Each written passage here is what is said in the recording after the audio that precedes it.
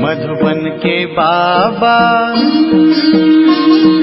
मधुबन के बाबा मुरली वाले, आपका क्या कहना, आपका क्या कहना। ओम शांति। 25 मई 2025 अव्यक्त बाप दादा के महावाक्य। ओरिजिनल डेट 4 सितंबर 2005। शिक्षा के साथ क्षमा और रहम को अपना लो। दुआएं दो, दुआएं लो तो आपका घर आश्रम बन जाएगा। आज बाप दादा सर्व बच्चों के मस्तक में प्योरिटी की रेखाएं देख रहे हैं, क्योंकि ब्राह्मण जीवन का फाउंडेशन ही है पवित्रता। पवित्रता की रेखाएं कौन सी है जानते हो? पवित्रता सर्व को प्रिय है। पवित्रता सुख, शांति, प्रेम, आनंद की जननी है। पवित्रता मानव का सच्चा श्रृंगार है। पवित्रता नहीं तो मानव जीवन का मूल्य नहीं। जैसे देखते हो देवताएं पवित्र हैं, इसलिए ही माननीय और पूजनीय हैं। पवित्रता नहीं तो मानव जीवन को आजकल देख रहे हो। बाप दादा ने आप सभी बच्चों को ब्राह्मण जन्म का वरदान यही दिया, पवित्र भव, योगी भव। जिस आत्मा में पवित्रता है उसकी चाल, चलन, चेहरा चमकता है। इसलिए पवित्रता ही जीवन को श्रेष्ठ बनाने वाली है। वास्तव में आप सब बच्चों का आदि स्वरूप ही पवित्रता है, अनादि स्वरूप भी पवित्रता है। ऐसी पवित्र आत्माओं की विशेषताएं उनके जीवन में सदा पवित्रता की पर्सनालिटी दिखाई देती है। पवित्रता की रियलिटी, पवित्रता की रॉयल्टी चेहरे और चाल में दिखाई देती है। यह रेखाएं जीवन का श्रृंगार है। रियलिटी है मैं अनादि आदि स्वरूप, इस स्मृति से समर्थ बन जाता है। रॉयल्टी है स्वयं भी स्वमान में और हरेक को सम्मान देकर चलने वाला। पर्सनालिटी है सदा संतुष्टता और प्रसन्नता, स्वयं भी संतुष्ट और अन्य को भी संतुष्ट करने वाले। पवित्रता से प्राप्तियां भी बहुत हैं। बाप दादा ने आप सभी बच्चों को क्या क्या प्राप्ति कराई है वह जानते हो ना? कितने खजानों से भरपूर किया है।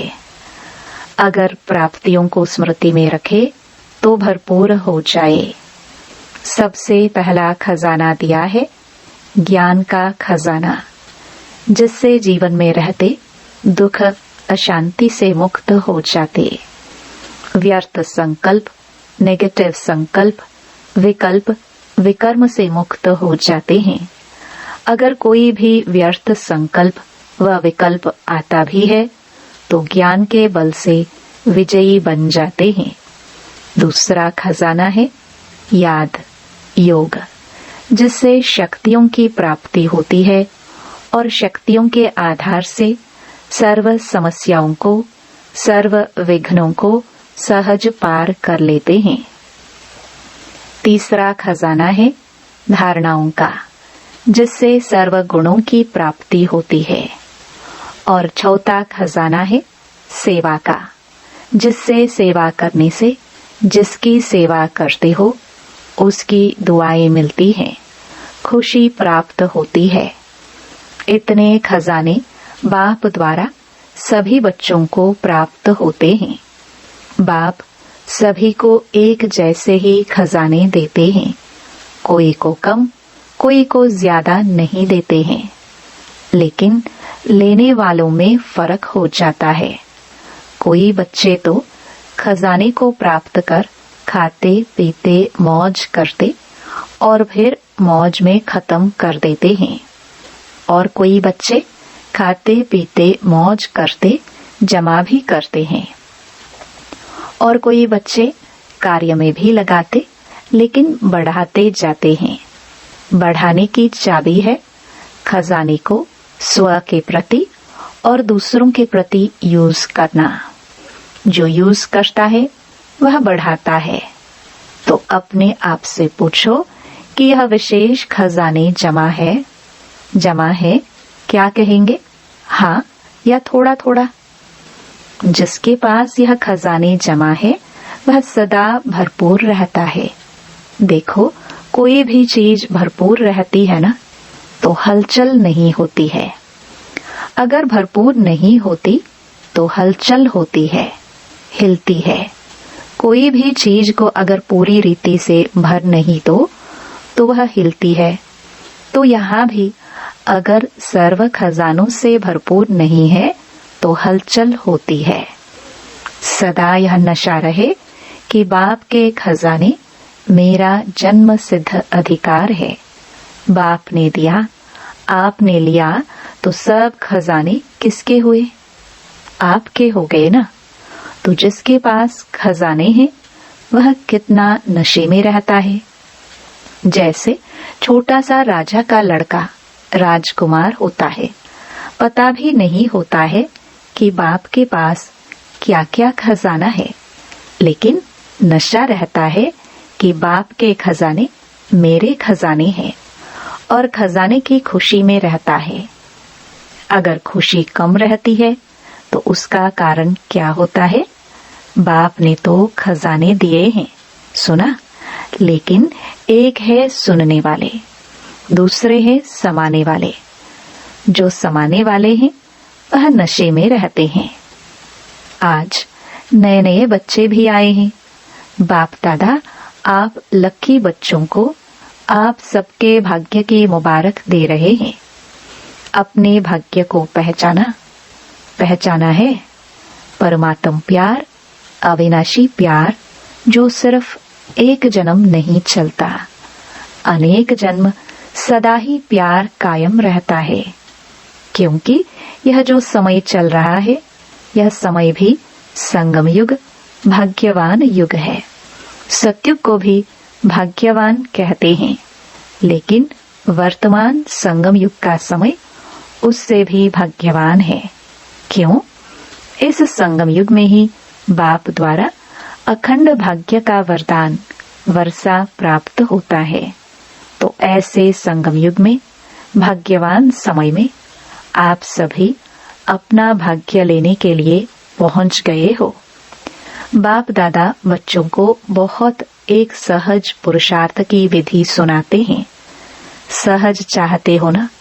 मुश्किल तो नहीं चाहते हो ना? इन बच्चों को, पुरानों को तो भाग्य की सहज विधि मिल गई है, मिली है ना? सबसे सहज, और कुछ भी नहीं करना, सिर्फ एक बात करना। एक बात तो कर सकते हो ना? हाँ करो या ना करो, कहो हाँ जी, तो सबसे सहज विधि है। अमृत वेले से लेके सबको जो भी मिले उससे दुआएं लो और दुआएं दो। चाहे क्रोधी भी आवे, लेकिन आप उसको भी दुआएं दो और दुआएं लो, क्योंकि दुआएं तीव्र पुरुषार्थ का बहुत सहज यंत्र हैं। जैसे साइंस में रॉकेट है ना, तो कितना जल्दी कार्य कर लेता है। ऐसे दुआएं देना और दुआएं लेना, यह भी एक बहुत सहज साधन है आगे बढ़ने का। अमृत वेले बाप से सहज याद से दुआएं लो और सारा दिन दुआएं दो और दुआएं लो। यह कर सकते हो? कर सकते हो तो हाथ उठाओ। कोई बद्दुआ दे तो क्या करेंगे? आपको बार बार तंग करे तो? देखो, आप परमात्मा के बच्चे, दाता के बच्चे, दाता हो ना, मास्टर दाता हो, तो दाता का काम क्या होता है? देना। तो सबसे अच्छी चीज है दुआएं देना। कैसा भी व्यक्ति हो, लेकिन है तो आपका भाई बहन। परमात्मा के बच्चे तो भाई बहन हो ना, तो परमात्मा का बच्चा है, मेरा ईश्वरीय भाई है, ईश्वरीय बहन है।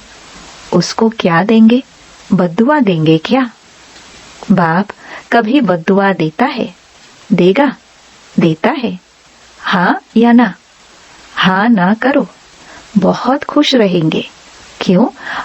अगर बद्दुआ वाले को भी आप दुआ देंगे, वह दे ना दे, लेकिन आप दुआएं लेंगे तो दुख क्यों होगा? बाप दादा आप आए हुए बच्चों को एक वरदान देता है। वरदान याद रखेंगे तो सदा खुश रहेंगे। वरदान सुनाए? सुनेंगे? वरदान है, अगर आपको कोई दुख दे तो भी आप दुख लेना नहीं।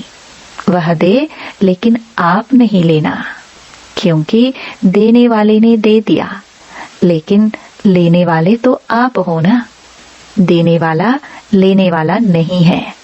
अगर वह बुरी चीज देता है, दुख देता है, अशांति देता है, तो बुरी चीज है ना। आपको दुख पसंद है? नहीं पसंद है ना, तो बुरी चीज हो गई ना। तो बुरी चीज ली जाती है क्या? कोई आपको बुरी चीज देवे तो आप ले लेंगे? लेंगे? नहीं लेंगे। तो लेते क्यों हो? ले तो लेते हो ना। अगर दुख ले लेते हो तो दुखी कौन होता है? आप होते हो या वह होता है? लेने वाला ज्यादा दुखी होता है। अगर अभी से दुख लेंगे नहीं तो आधा दुख तो आपका दूर हो गया। लेंगे ही नहीं ना। अरे आप दुख के बजाय उसको सुख देंगे तो दुआएं मिलेगी ना, तो सुखी भी रहेंगे और दुआओं का खजाना भी भरपूर होता जाएगा।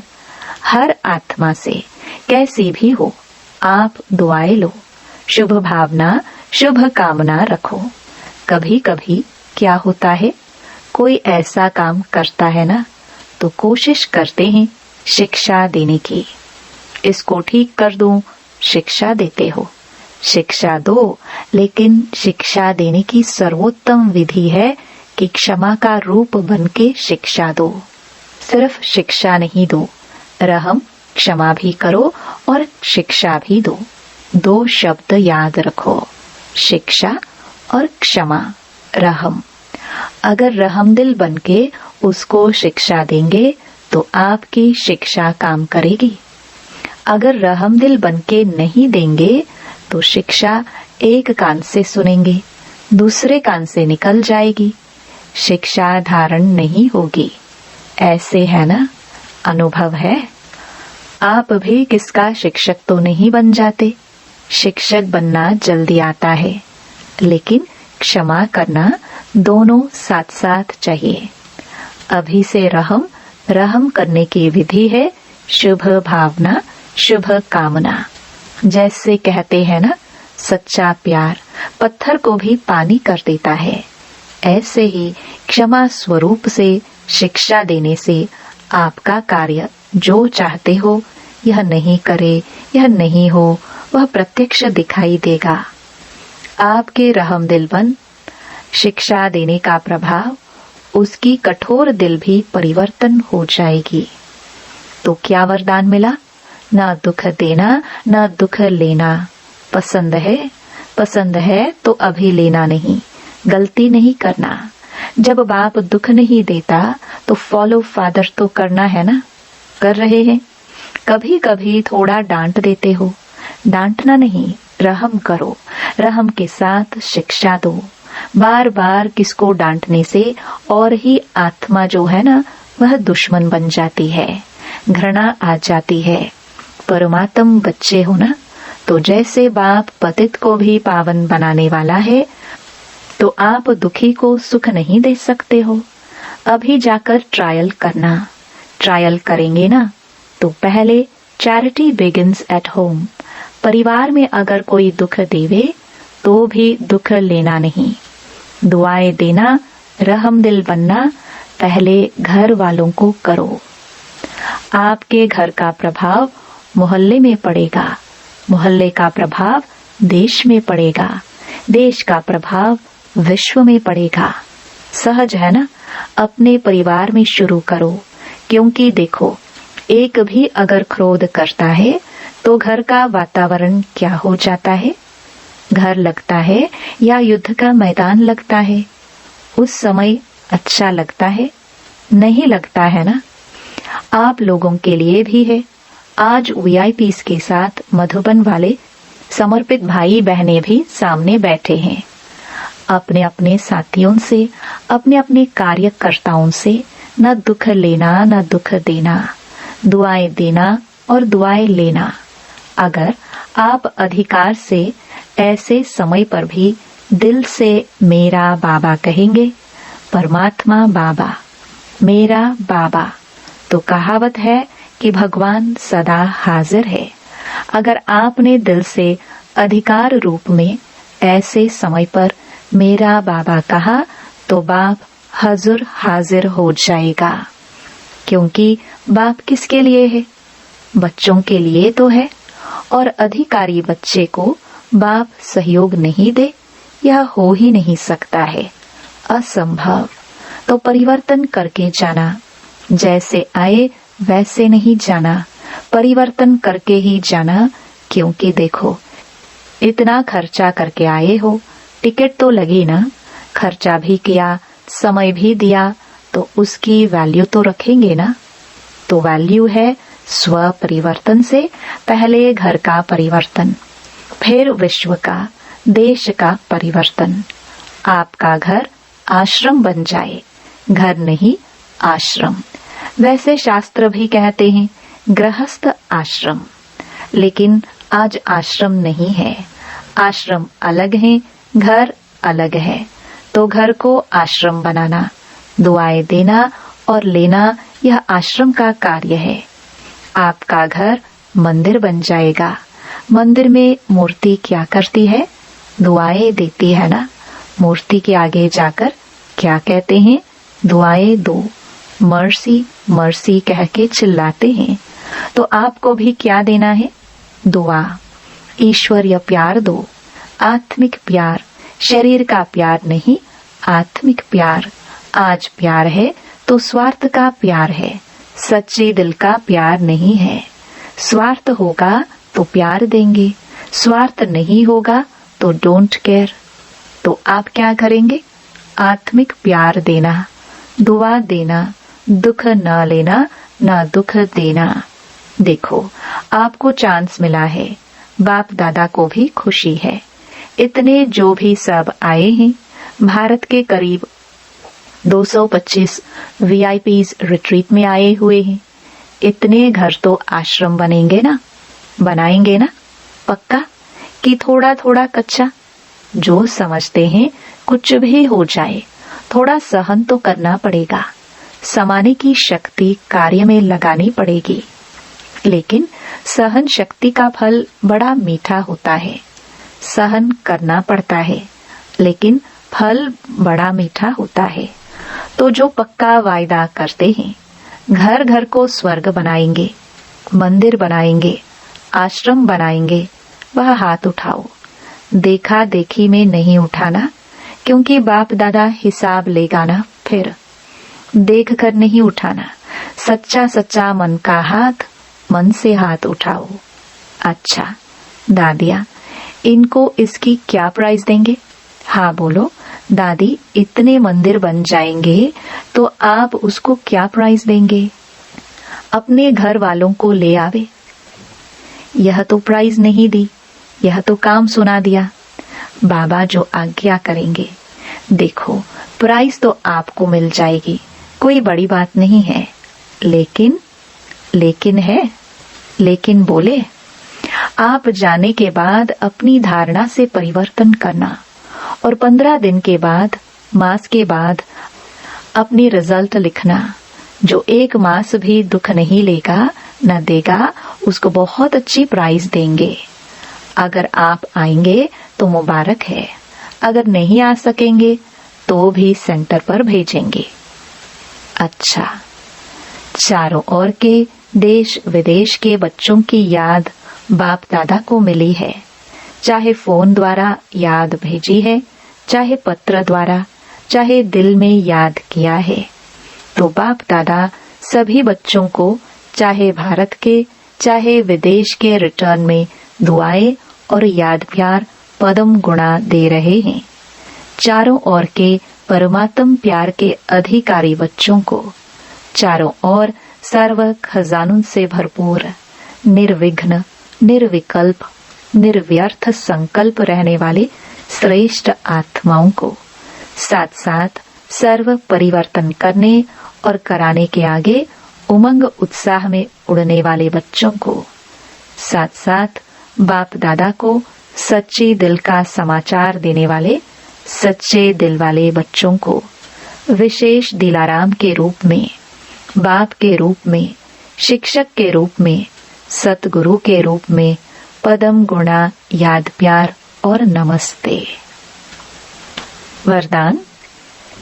भटकती हुई आत्माओं को यथार्थ मंजिल दिखाने वाले चैतन्य लाइट माइट हाउस भव। किसी भी भटकती हुई आत्मा को यथार्थ मंजिल दिखाने के लिए चैतन्य लाइट माइट हाउस बनो। इसके लिए दो बातें ध्यान पर रहे। एक, हर आत्मा की चाहना को परखना। जैसे योग्य डॉक्टर उसे कहा जाता है जो नब्ज को जानता है, ऐसे परखने की शक्ति को सदा यूज करना। दूसरा, सदा अपने पास सर्व खजानों का अनुभव कायम रखना। सदा यह लक्ष्य रखना कि सुनाना नहीं है, लेकिन सर्व संबंधों का, सर्व शक्तियों का अनुभव कराना है। स्लोगन। दूसरों की करेक्शन करने के बजाय एक बाप से ठीक कनेक्शन रखो। अव्यक्त इशारे। रूहानी रॉयल्टी और प्योरिटी की पर्सनालिटी धारण करो। अपना निजी स्वरूप व वरदानी स्वरूप सदा स्मृति में रहे तो अपवित्रता और विस्मृति का नाम निशान समाप्त हो जाएगा। विस्मृति व अपवित्रता क्या होती है? अब इसकी अविद्या होनी चाहिए, क्योंकि यह संस्कार व स्वरूप आपका नहीं है, बल्कि आपके पूर्व जन्म का था। अभी आप ब्राह्मण हो, ये तो शूद्रों के संस्कार व स्वरूप है। ऐसे अपने से भिन्न अर्थात दूसरे के संस्कार अनुभव होना, इसको कहा जाता है न्यारा और प्यारा। ओम शांति।